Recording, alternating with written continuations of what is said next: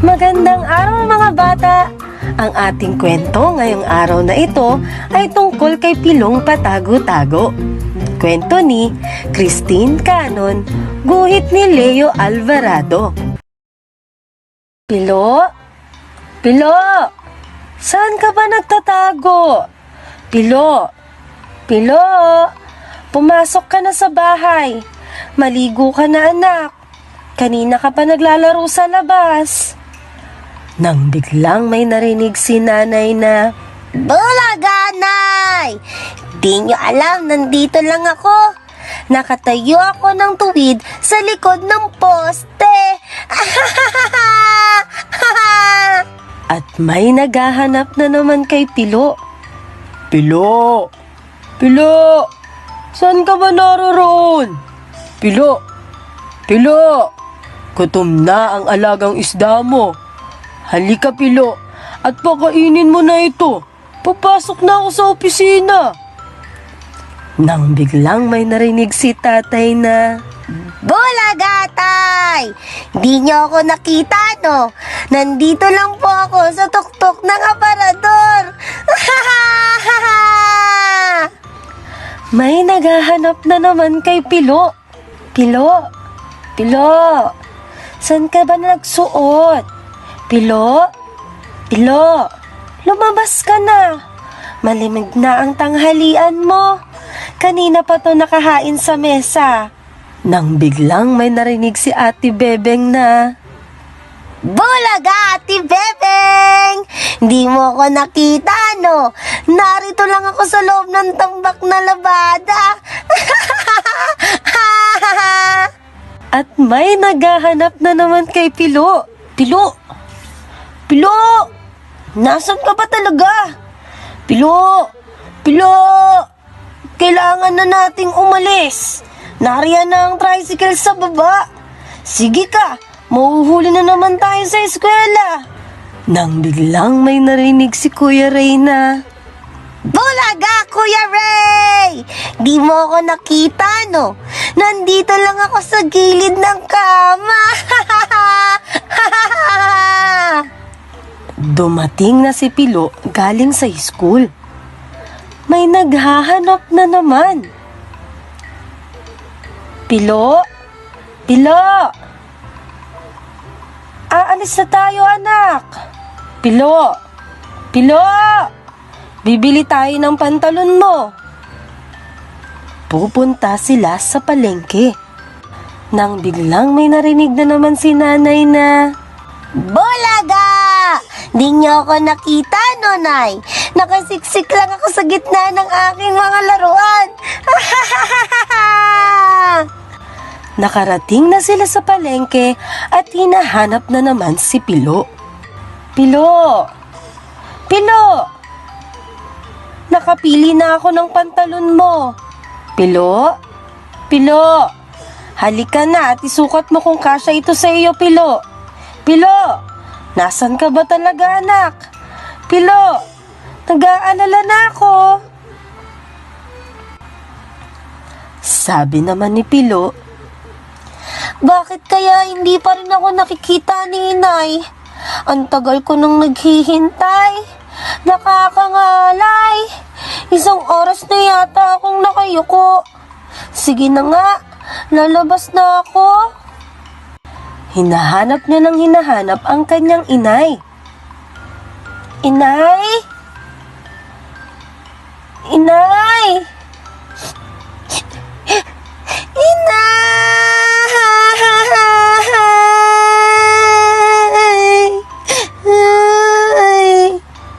Si Pilo pala ay nawawala na sa palengke.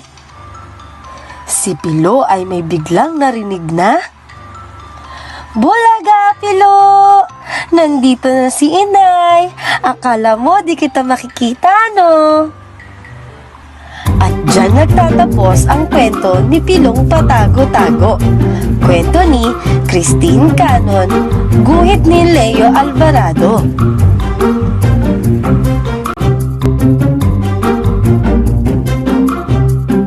Magandang araw mga bata! Ang ating kwento ngayong araw na ito ay tungkol kay Pilong Patago-Tago. Kwento ni Christine Canon, guhit ni Leo Alvarado. Pilo? Pilo? Saan ka ba nagtatago? Pilo? Pilo? Pumasok ka na sa bahay. Maligo ka na, anak. Kanina ka pa naglalaro sa labas. Nang biglang may narinig si nanay na, Bulaga, Nay! Di nyo alam, nandito lang ako. Nakatayo ako ng tuwid sa likod ng poste. at may naghahanap na naman kay Pilo. Pilo! Pilo! Saan ka ba naroroon? Pilo! Pilo! Gutom na ang alagang isda mo. Halika, Pilo, at pakainin mo na ito. Papasok na ako sa opisina. Nang biglang may narinig si tatay na, Bulaga, Tay! Di nyo ako nakita, no? Nandito lang po ako sa tuktok ng aparador. may naghahanap na naman kay Pilo. Pilo! Pilo! Saan ka ba nagsuot? Pilo? Pilo? Lumabas ka na. Malimig na ang tanghalian mo. Kanina pa to nakahain sa mesa. Nang biglang may narinig si Ate Bebeng na, Bulaga, Ate Bebeng! Di mo ako nakita, no? Narito lang ako sa loob ng tambak na labada. at may naghahanap na naman kay Pilo. Pilo! Pilo!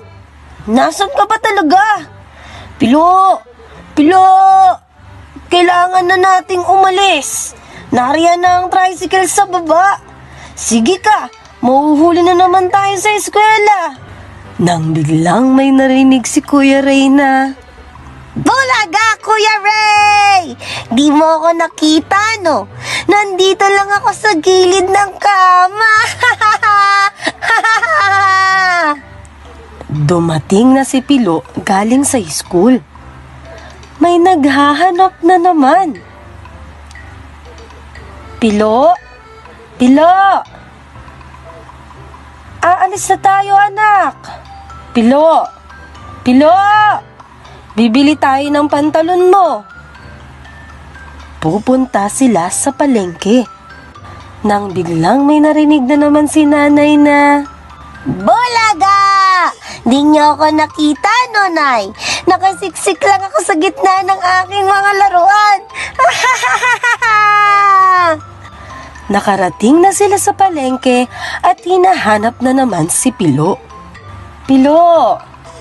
Pilo! Nakapili na ako ng pantalon mo. Pilo? Pilo! Halika na at isukat mo kung kasya ito sa iyo, Pilo. Pilo! Nasaan ka ba talaga, anak? Pilo! Nag-aalala na ako. Sabi naman ni Pilo, Bakit kaya hindi pa rin ako nakikita ni Inay? Ang tagal ko nang naghihintay. Nakakangalay. 1 oras na yata akong nakayuko. Sige na nga, lalabas na ako. hinahanap niya ng hinahanap ang kanyang inay. Inay? Inay! Inay!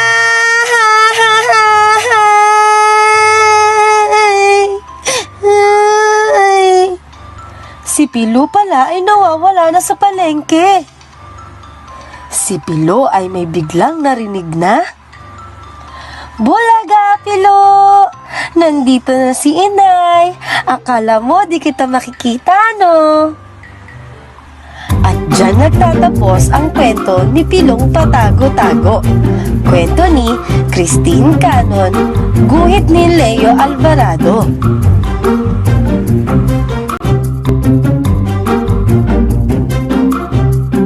Magandang araw mga bata! Ang ating kwento ngayong araw na ito ay tungkol kay Pilong Patago-Tago. Kwento ni Christine Canon, guhit ni Leo Alvarado. Pilo?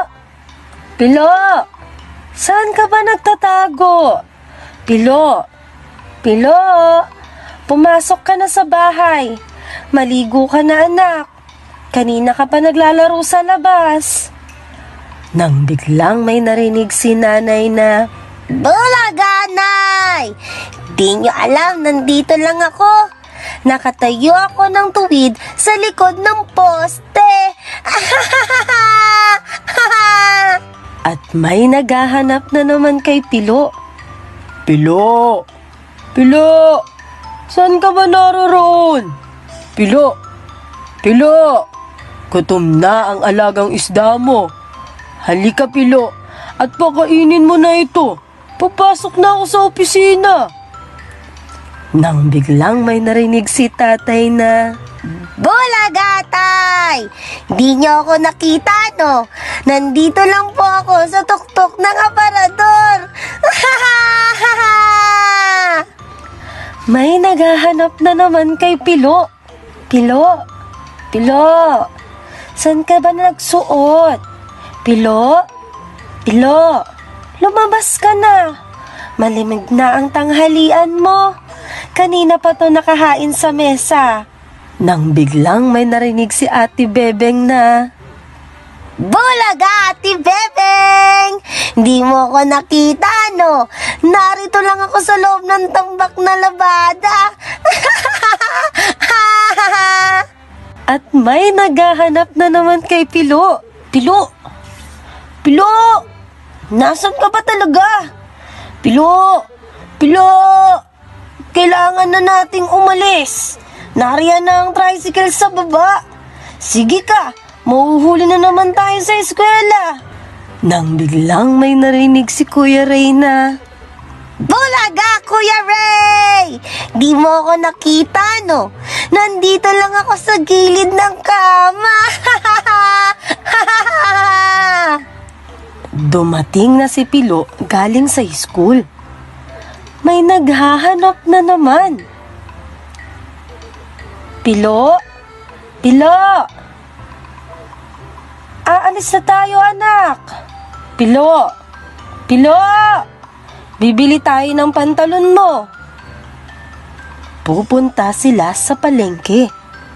Nang biglang may narinig na naman si nanay na, Bulaga! Di niyo ako nakita, no, Nay? Nakasiksik lang ako sa gitna ng aking mga laruan. Nakarating na sila sa palengke at hinahanap na naman si Pilo. Pilo! Pilo! Nakapili na ako ng pantalon mo. Pilo? Pilo! Halika na at isukat mo kung kasya ito sa iyo, Pilo. Pilo! Nasaan ka ba talaga, anak? Pilo! Nag-aalala na ako. Sabi naman ni Pilo, Bakit kaya hindi pa rin ako nakikita ni Inay? Ang tagal ko nang naghihintay. Nakakangalay.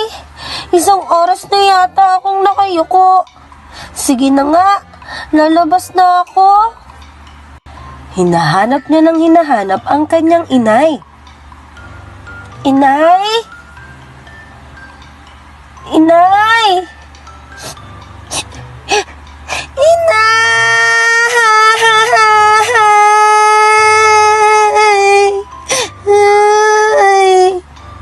Si Pilo pala ay nawawala na sa palengke. Si Pilo ay may biglang narinig na, Bulaga, Pilo! Nandito na si Inay. Akala mo di kita makikita, no? At dyan nagtatapos ang kwento ni Pilong Patago-Tago. Kwento ni Christine Canon, guhit ni Leo Alvarado.